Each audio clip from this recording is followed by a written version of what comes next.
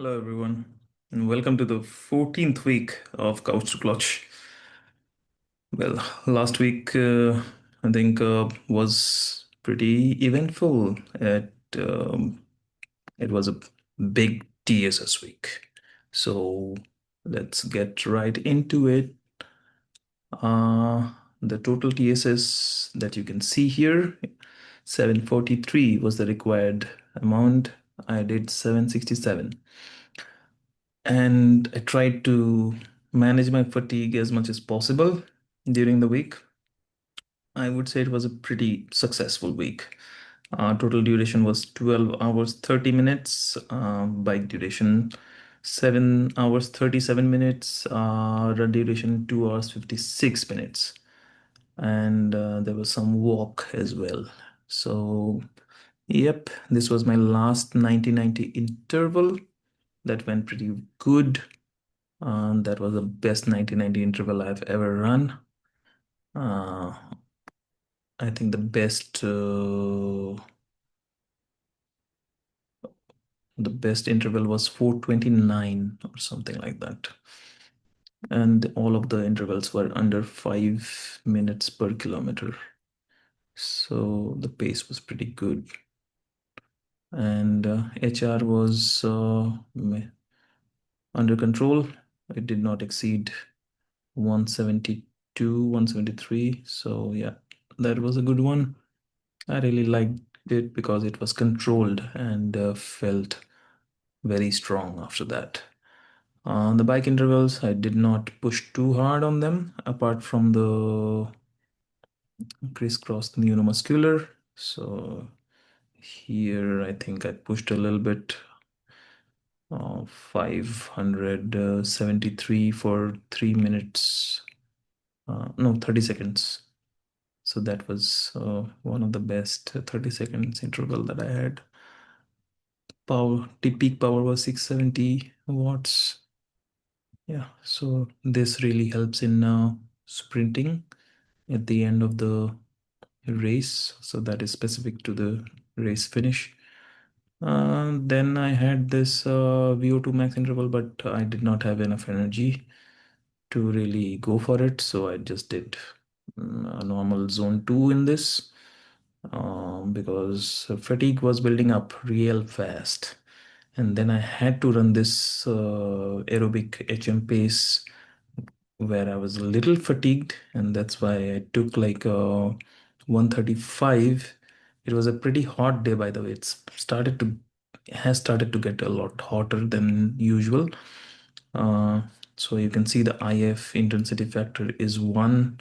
I ran pretty much at my sub threshold the entire duration. As you can see here, it was maintained at say 157, 159, 155, 156. Yeah, so the average power was around 205 watts for 95 minutes. And it was hard work, I would say. It was in Hussain Sagar, by the way. Pretty cool place to run. The entire circuit is 10 kilometers, and we did 12.5. And the end of it, I think I did a sprint as well, which lasted, yeah, at the end, the heart rate went up to 180 BPM after that hard mm, 500 meters. So yeah, the last VO2 max pace was pretty good. I think it was around 4 minutes. Let me check where it is. So here it is, morning run 12.5. Yes. So relative effort is 190, pretty massive because yeah, it was hot. I had to take a lot of electrolytes, and still it was not enough to beat the time that I had set before 2 weeks before. Sham Prakash was pretty He was running with me and he was pretty exhausted as well. We were sweating like anything. So, yeah, pace dropped huge, and 8th, 9th, 10th, 11th kilometers. Heart rate was average was 154. It kept climbing towards threshold most of the times 164, 163, 165. Yeah, it kept climbing towards it. The drift was pretty bad because of the weather condition. Plus, it's not very green over there. So, yeah, green cover, low pollution, air pollution, and mm, low temperatures. They do have a huge effect on performance, I would say.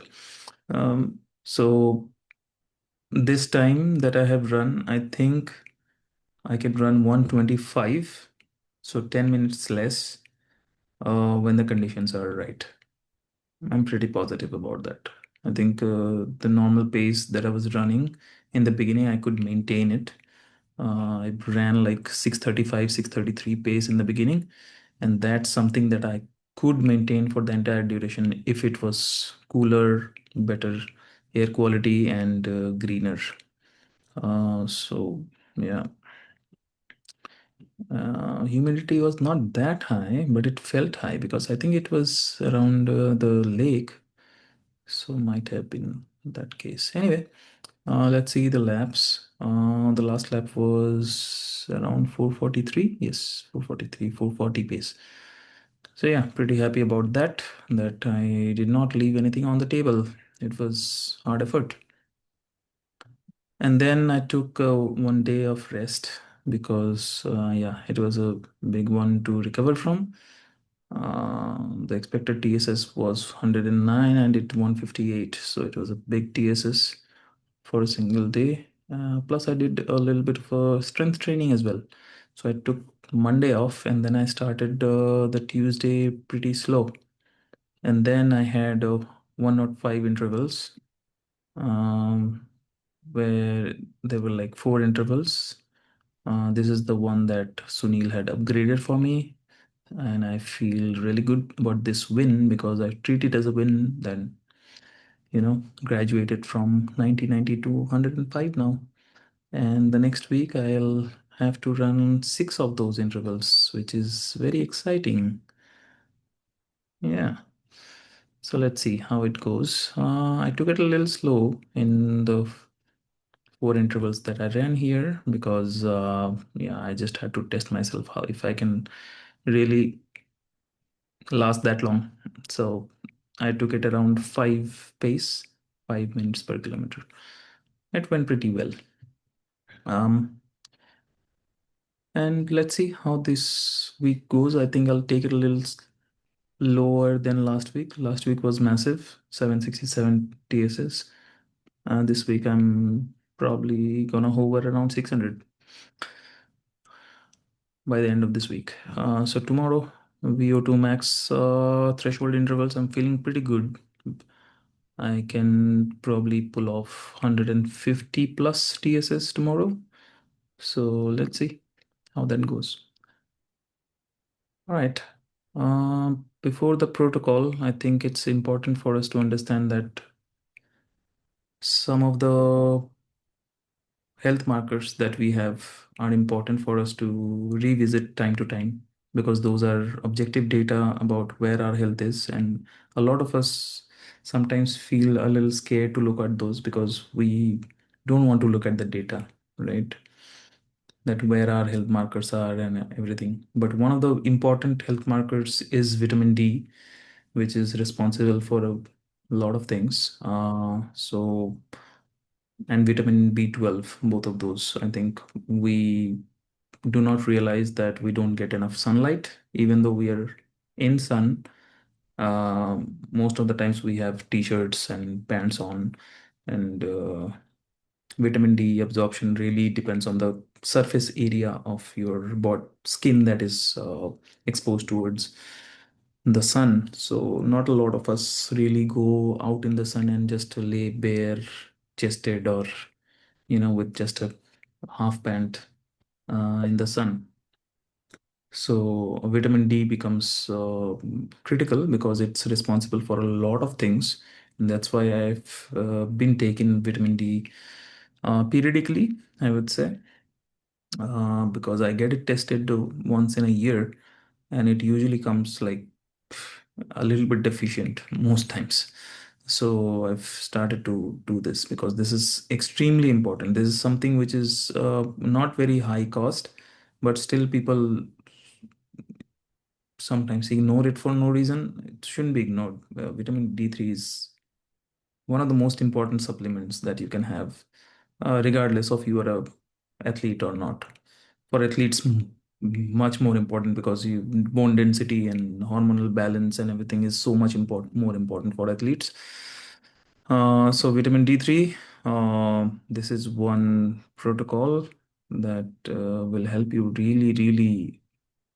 I think this is a priority, first priority supplement that you should definitely take. Vitamin D is for fat soluble. So, usually, if you take it after a breakfast, which is a little heavy on proteins and good quality fats, I think after that, the vitamin D3 works really well. So, time of the day, morning with fat containing meal, have this. You might not want to have it every day because that's kind of a chore. You can also have it once in a week, like a 60,000 IU, but under guidance, of course, because there is something called vitamin D toxicity as well, but that is very rare. Not a lot of people understand that, 60,000 IU is pretty low. You can safely take it once in a week, shouldn't be a problem. It's just that if you just overdo it, only then you might get toxicity, but itself is very rare. So get your biomarkers, so get it checked first, okay? And doctors would usually recommend it. Fat soluble vitamin, supporting calcium absorption, because calcium, if you take calcium supplements, that has a little bit of a problem of making your arteries brittle and all of that. So calcium absorption is assisted by D. So vitamin D becomes more important than the calcium itself. It's important for bone strength, hormonal balance, immune modulation, and typically it is supplement due to our indoor lifestyle. If you are a person who gets sunshine regularly, I don't think this is more important for you. If you have the vitamin D levels in the right place, but if not, then this becomes extremely, extremely important. I cannot stress more on this, that how important vitamin D is. Okay, because it's not just that, it's also um, mood sometimes, that gets, you feel low without vitamin D and all of that. Typically, daily or weekly, depending on the dosage, that too after whatever the doctor suggests. Morning with fat containing meal is the time of the day. Primary targeted variable is bone density, hormonal balance, testosterone, immune function. And secondary variable is muscle function, recovery, mood stability. Mood stability. I cannot stress more on mood stability because that will really, really help in your recovery. If you have a good mood, then you can push so much more. Like last week has been so much physically stressing for me, but still, because all these supplements and everything have been working well for me, so mood was stable. I could really deliver what was required from me, um, and see good progress, I would say. I'm very happy with that. But this week I'll take it a little slow because fatigue kind of needs to be managed, right? So let's see the fitness and freshness score here. I went till -30 form. So that's when I said, okay, let me. Um, Yeah, it went till minus 30. Yes, fitness was 67, fatigue was 96, so it went till minus 30, 29, 30. Yeah. So that's why I said, okay, let's just take a day off and get back in shape, because fatigue score rapidly decreases when you take 1 or 2 days of recovery, and then it came back to -8. So now I can push for the next 3 days and get the fatigue up again, and then rinse and repeat. So -8, I'm feeling much better. -30, phew, of course, you don't feel too good. So that score really helps in understanding body consciousness, I would say. All right. So yeah. So mood stability, very important for recovery, for fatigue resistance as well. Um, Measurable markers is, of course, your biomarkers that you will get checked for your blood work that you do. Serum 25, vitamin D levels, optimal is 40 to 60 nanograms per milliliter. Reduced fatigue is one good measurable marker, which is subjective, and fewer infections. So this is, as I said, this is not just a performance protocol. It's also a in general health protocol. Um, Everybody should do it, regardless of if you are an athlete or not. And it doesn't cost too much, isn't it? It's just 30 to 50 rupees per week for that 4 tablets that you get in a pack, and it doesn't cost too much. I don't think it costs even that much. Yeah, maybe around 30 rupees per tablet for a 60,000 IU tablet. So yeah, very important. Um, Vitamin D3, and that's all for this week. Excited to see what the next week brings, because the 105 um,